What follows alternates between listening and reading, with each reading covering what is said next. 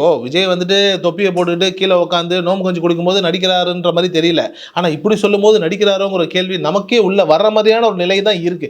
அதை அவர் தவிர்த்து இருக்கணும். அது யார் கொடுத்த ஐடியான்னு தெரியல. யார் இந்த இடத்துல சார் டிஎம்கேன்னு பதிவு பண்ணுங்கன்னு சொல்லி சொன்னது யார்? ஏன்னா இது வரைக்கும் பதிவு பண்ணாமே விஜய் மெயின்டைன் பண்ணிட்டு இருக்காரு. இந்த இடத்துல ஏன் பதிவு பண்ற தேவை என்னவா இருந்திருக்கு? இல்லைங்க, அவர் பதிவு பண்ணதுக்கு அப்புறம் தான் ஆக்சுவலி பார்த்தீங்கன்னா இருக்கக்கூடிய அந்த முக்கிய நிர்வாகிகள், முக்கிய அமைச்சர்கள் இருக்காங்க, திமுக இருக்கக்கூடியவங்க, பொறுப்புலக்கூடிய மேயர் பிரியா வரைக்கும் எல்லார்ட்டையும் போய் இந்த கேள்வி கேட்குறாங்க. உங்களை டேரக்டாக அட்டாக் பண்ணியிருக்காரு, என்ன சொல்கிறீங்க அப்படின்னு சொல்லிட்டு.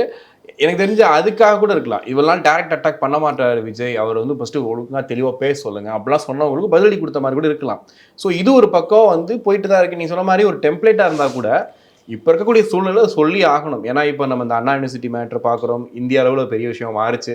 இதை வச்சு அவர் சொல்லியிருப்பாருன்னு வச்சுக்கோங்களேன், ஒரு பக்கம் ஒதுக்கி வச்சா கூட. இப்போ அடுத்து வந்து மீனவ போராட்டத்தை கையில் எடுக்க போகிறதா வந்துட்டு ஒரு செய்தி வந்துட்டு இருக்கு. விஜய் டேரெக்டாக போகிறதுக்கு வாய்ப்புகள் நிறையா இருக்குன்னு சொல்கிறாங்க. இது வரைக்கும் அவர் வந்து ப்ராப்பராக ஒரு போராட்டத்தில் கலந்துக்கிட்டது கிடையாது. அதாவது இப்போ நம்ம பரந்தூரில் கூட பார்த்தீங்கன்னா ஆதரவு தெரிவிக்க போகிறதாகவும் அந்த மக்களை பார்க்கறதுக்காக தான் போனார் ஒழிய, போராட்டமாக இறங்கி நின்று 10 பேர் கோஷம் போடும்போது விஜய் இப்படி கை கட்டி நின்னோ இல்லை கோஷம் போட்டோ நம்ம பார்க்கல. ஐ மீன் நான் சொல்றது கட்சி ஆரம்பிச்சதுக்கு அப்புறமா பண்ணலை. இதில் மீனவ போராட்டத்தை ஃபஸ்ட்டு கையில் எடுக்கும்போது என்ன தோணுச்சு அப்படின்னா, நீங்கள் படங்கள்லையும் சரி, விஜய் அவர்களுடைய வாழ்க்கையிலையும் சரி, மீனவர் அப்படின்ற விஷயத்தை அடிக்கடி மென்ஷன் பண்ணிட்டே இருப்பார்.